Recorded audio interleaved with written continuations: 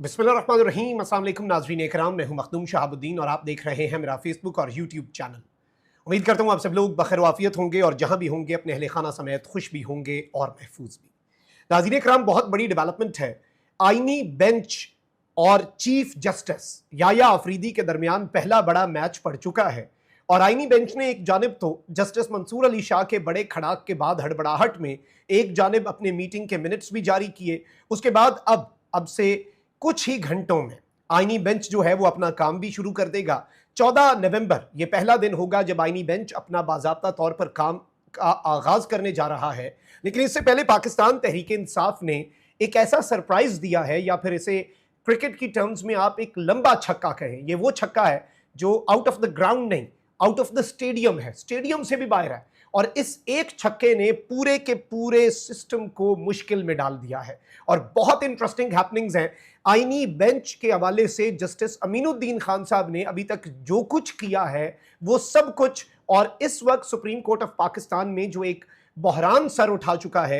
इस वक्त पाकिस्तान के अंदर दो सुप्रीम कोर्ट्स हैं, दो कमेटीज हैं जजेस की। एक कमेटी जी सुप्रीम कोर्ट ऑफ पाकिस्तान के लिए प्रैक्टिस एंड प्रोसीजर कमेटी, दूसरी कमेटी आईनी बेंच की अपनी 3 जजेस की कमेटी। ये सब कुछ हमने विटनेस कर लिया जो कुछ भी हुआ। और इसमें इंपॉर्टेंट चीज ये है कि आईनी बेंच जो है वो अभी रिलक्टेंट था गालिबन, या काम शुरू नहीं हो पा रहा था। एक जज साहब बाहर थे और कमेटी का इजलास नहीं होना था और आईनी बेंच ने अब ये फैसला किया कि हम बेंच बनाएंगे, यानी एक अलग से कोर्ट है। या तो ये आईनी बेंच होता है ना तो हर केस ये 7 जजेस सुनते, नहीं, ये कह रहे हैं कि बेंच जो है वो इस आईनी बेंच के टॉप 3 जजेस जो हैं सीनियर मोस्ट, अमीनुद्दीन और उनके बाद बाकी, वो बेसिकली बेंचेस बनाया करेंगे। और 5 रुकनी बेंच जो है मिनिमम वो केस सुनेगा, और फिर 7 रुकनी बेंच गालिबन अपील्स या जो भी मामला है, और उसमें जजेस भी ऐसे आगे पीछे किए जा सकेंगे।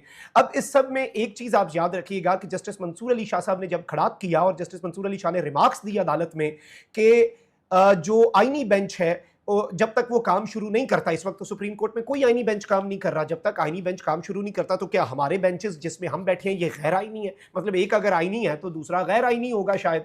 और अगर हम ये केस आईनी बेंच को नहीं भेजते और हम इसका फैसला कर देते हैं तो हमें कौन पूछेगा? अपील आएगी, हम अपील में कहेंगे हमारा ही ये दायरा इख्तियार था। अब ये फड्डा तो पड़ना है और ये सुप्रीम कोर्ट में हर रोज पढ़ना है। कौन सा केस कहां पर लगेगा, कैसे लगेगा, किस अदालत के आगे लगेगा, क्योंकि 2 सुप्रीम कोर्ट्स हैं, और कौन से केस इस मामले का डिसीजन कौन लेगा। एक तरफ ऑल्दो जस्टिस याया अफरीदी साहब जो हैं वो एक साइड पे हैं, आपको पता है कि वो उस तरह से स्टैंड नहीं ले रहे, हल्का फुल्का खड़ाक जो है वो कभी कभी कर देते हैं, लेकिन अल्टीमेटली 26वीं आईनी तरमीम के खिलाफ तो वो कुछ नहीं करेंगे क्योंकि उसके वो खुद भी बेनिफिशरी हैं। और अगर 26वीं आईनी तरमीम कलदम हो जाती तो जस्टिस याया अफरीदी एक लम्हे से ज्यादा भी चीफ जस्टिस भी न रह सकते, तो उसमें फिर उनका अपना जाती एक ऑब्वियसली कॉन्फ्लिक्ट ऑफ इंटरेस्ट भी है। अब जो प्रैक्टिस एंड प्रोसीजर कमेटी है उसमें से भी जस्टिस मुनीब अख्तर जा चुके हैं, जस्टिस अमीनुद्दीन वापस आ चुके हुए हैं, और जस्टिस अमीनुद्दीन साहब अपने आईनी केसेस जो हैं उनके हवाले से भी चीजें जो हैं वो डिसाइड कर चुके हैं कि उन्होंने किस तरह से आईनी बेंच को लेकर चलना है। अब हड़बड़ाहट ये है कि जस्टिस मंसूर अली शाह साहब ने कहा ना कि बिल्कुल आईनी बेंच जो है वो इस सब के अंदर कोई आईनी बेंच एग्जिस्ट ही नहीं करता, तो अब फौरी फौरी कुछ करना था। इस हफ्ते कोई आईनी बेंच का रोस्टर नहीं था, आप अगले हफ्ते से काम शुरू कर लेते, लेकिन नहीं, अब इन्होंने चंद घंटों के अंदर अपना जो काम है वो करना है। और जो एक बड़ी डेवलपमेंट आई है नाज़रीन इकराम, सबसे इंपॉर्टेंट वो तो आईनी बेंचेस के हवाले से ही है। और सुप्रीम कोर्ट में आईनी मुकदमात और बेंचेस की तश्कील के मामले में एक बहुत बड़ी पेशरफ्त हुई है। जस्टिस अमीनुद्दीन की सरबराही में जजेस कमेटी जो है उसने आईनी बेंच के सामने मुकदमात समाअत के लिए मुकर्रर करने का फैसला कर लिया है। सुप्रीम कोर्ट में आईनी बेंचेस 14 नवंबर से अपनी समाअत का आगाज करेंगे। They are not waiting for the next week. इस वीक का इन्होंने ऐलान नहीं किया था, लेकिन ऑब्वियसली इवन इनके पास भी टाइम कम है ना टू प्रूव देमसेल्व्स, क्योंकि ये आईनी बेंच कोई पक्का नहीं है।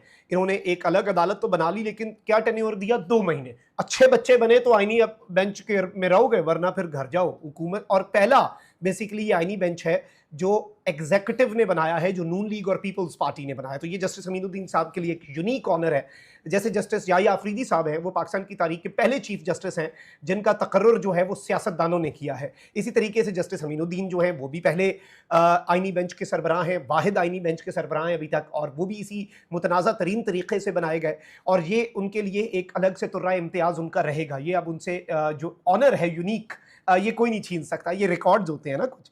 अब जस्टिस अमीनुद्दीन की सरबराही में जजेस कमेटी ने आईनी बेंचेस जो हैं उनके सामने मुकदमात समाअत के लिए मुकर्रर करने का फाइनली फैसला कर लिया है। सुप्रीम कोर्ट में आईनी बेंचेस 14 नवंबर से समाअत का आगाज करेंगे। जराये के मुताबिक आईनी बेंचेस की जजेस कमेटी की मीटिंग 1 घंटे तक जारी रही, जिसमें इस हफ्ते के आईनी मुकदमात समाअत के लिए मुकर्रर किए गए। जस्टिस जमाल मंदोखेल की चीन से वापसी के बाद कमेटी मीटिंग बुलाई गई, क्योंकि ये आईनी बेंच के अंदर टॉप 3 जजेस में आते हैं। He was in China, he is back from China, तो इनका वेट 1 घंटा भी एक्स्ट्रा इन्होंने ज़ाया नहीं, मुझे लग रहा नहीं किया। उनका फौरी काम छिको भाई। उधर जस्टिस मंसूर अली शाह ने बयान दे दिया कि जी एक बेंच का अगर हमने फैसला दूसरा सुना दिया, अभी तक तो कोई आईनी बेंच नहीं है, तो कर क्या लेंगे, क्योंकि इन्हें पता है ये कुछ नहीं कर सकते। इस पूरे सिस्टम के अंदर 26वीं आईनी तरमीम के तहत बनाई गई आईनी बेंचेस के अंदर झोल है, और ये झोल इतने ज़्यादा है क्योंकि इन्होंने तो मफाद परस्त टोला है ना, तो इन्होंने जल्दबाजी की।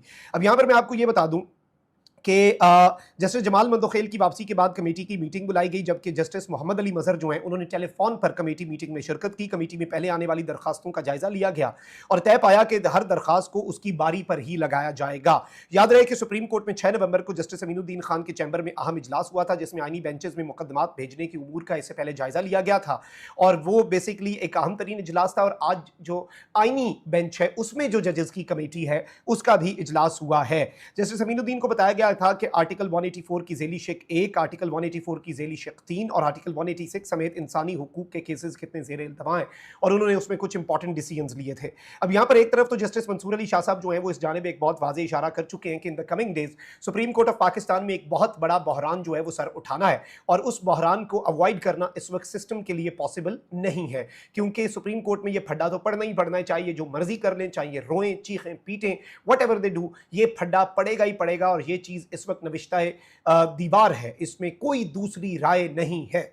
अब असल खबर ये नहीं है, ये खबर तो obviously you might have heard it already. असल खबर यहां से शुरू होती है क्योंकि पाकिस्तान तहरीक इंसाफ ने नहले पर दहला मारा है, और एक बहुत बड़ा छक्का जो कि स्टेडियम से बाहर चला गया है पाकिस्तान तहरीक इंसाफ की तरफ से सामने आया है। पाकिस्तान तहरीक इंसाफ ने इंट्रा पार्टी इलेक्शन के केस जो है, जिसमें बल्ले का निशान छीनने वाला केस, जो कि काजी फाइज ईसा ने एक सियासी जमात का अदालती कत्ल किया और आज वो काजी रुल के रह गया, जलीलो ख्वार होकर रह गया। और दूसरी जानिब आप देख लें, सऊदीया उन्हीं दिनों में जस्टिस मंसूर अली शाह उमरा करने गए तो लोगों ने इज्जत भी की, अपने दिल जो हैं वो राहों में बिछा दिए, पलकें अपनी राहों में बिछा दी, तस्वीरें बना रहे हैं, सेल्फीज बना रहे हैं, मोहब्बत का इजहार कर रहे हैं।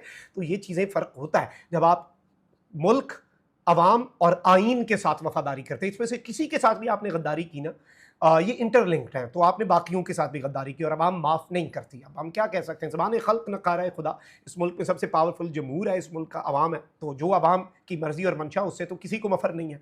अब यहाँ पर इंपॉर्टेंट चीज़ यह है कि काजी फाइज ईसा साहब ने यह किया, PTI ने इसके ऊपर अपील दे दी, अपील फाइल कर दी। काजी ने यह किया कि जाते जाते ना मैं वारदात डाल दूँ। काजी का बड़े ऐसे कुछ जोर से काजी साहब को आए हुए थे कि जाते जाते इंपॉर्टेंट केसेस, जिस टाइम पे जो आम चीफ जस्टिस होते हैं वो आखिरी दिनों में फेयरवेल ले रहे होते हैं, नॉर्मल केसेस सुन रहे होते हैं, बस ठीक है रूटीन। काजी का दिल था आखिरी दिनों में तबाहियाँ फेर दूँ, फिर आखिरी दिन में तबाहियाँ काजी की अपनी फिर गई, वो एक अलग बात है। इस्तेमाल करने वालों ने टिश्यू पेपर की तरह मरोड़ के काजी को ऐसे फेंका कि काजी अब किसी काम का नहीं है, हम और भी बहुत है यूज़ होने के लिए, और वो फिर हो रहे हैं ना, अभी नए जो चेहरे आ गए हैं काजी की ही सूरत में, लेकिन इसमें काजी यूज हो गया। अब काजी ने क्या किया, काजी ने इंट्रा पार्टी इलेक्शन केस सामने समाअत के लिए मुकर्रर कर दिया। PTI ने जाके कहा हम जी एप्लीकेशन ही वापस ले रहे हैं, काजी को नहीं सुनने देंगे ये केस, जाते जाते काजी को इसमें वारदात नहीं डालने देंगे। अब उस सब के अंदर पाकिस्तान तहरीक इंसाफ जो है वो दोबारा मैदान में आई है, और पाकिस्तान तहरीक इंसाफ ने इंट्रा पार्टी इलेक्शन के मामले पर 21 अक्टूबर 2024 के फैसले के खिलाफ फिर नजर सानी दरखास्त दायर कर दी है। काजी 25 को गया, 21 को काजी ये फैसला सुना के गया।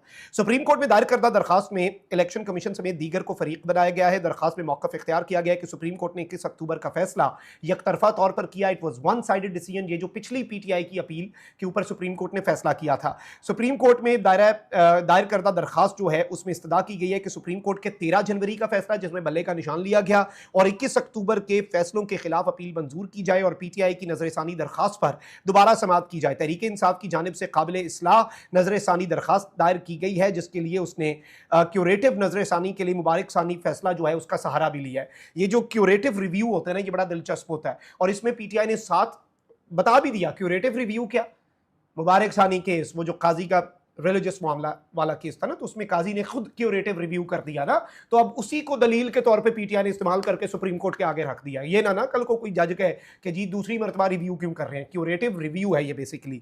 दरखास्त में कहा गया है कि क्यूरेटिव नजरसानी का मकसद है कि इंसाफ होता हुआ नजर आए। इंट्रा पार्टी इलेक्शन केस की तैयारी के लिए लीगल टीम के पास वक्त कम था और इंट्रा पार्टी केस में जल्दबाजी और बगैर तैयारी के हमने दलाइल दिए, तो अब हम बेहतर करना चाहते हैं चीजों को, तो हमें फिर इस केस में अब इस केस को फिक्स कर दिया जाए। Now this is something very big. इस एक मूव ने राह हमवार कर दिया। अब ये केस आईनी अदालत के सामने जाएगा या फिर उसी बेंच के सामने, क्योंकि बेंच ये होता है कि अगर अपील आए और जो बेंच था इनिशियल उसमें से कोई एक जज, जैसे चीफ जस्टिस चला गया, तो फिर उसकी जगह पे जो जज है इस वक्त सुप्रीम कोर्ट में या सीनियरिटी में या फिर सीनियर मोस्ट जो उस वक्त बचा हो उस बेंच में ना हो, वो इस तरह से ऊपर आ जाते हैं, तो वो बेंच कंप्लीट किया जाता है। तो क्या ये नॉर्मल सुप्रीम कोर्ट में केस सुना जाता है या आईनी बेंच के आगे? ये पाकिस्तान तहरीक इंसाफ ने ऐसा नहले पे दैला मारा है कि इससे एक अदालती बहरान जिसने सर उठाना ही उठाना है, आज नहीं तो कल, लेकिन ये अब बहुत जल्द सर उठाएगा। And this will be the first problem I think between, this can be first, मैं बिल नहीं कह सकता ऑब्वियसली, अल्लाह बेहतर जानता है मुस्तकबिल, लेकिन this can be a big problem between Justice Yahya and Justice Aminuddin, क्योंकि there are two parallel Supreme Courts of Pakistan right now. अपना बहुत ख्याल रखें। अल्लाह निगहबान पाकिस्तान जिंदाबाद।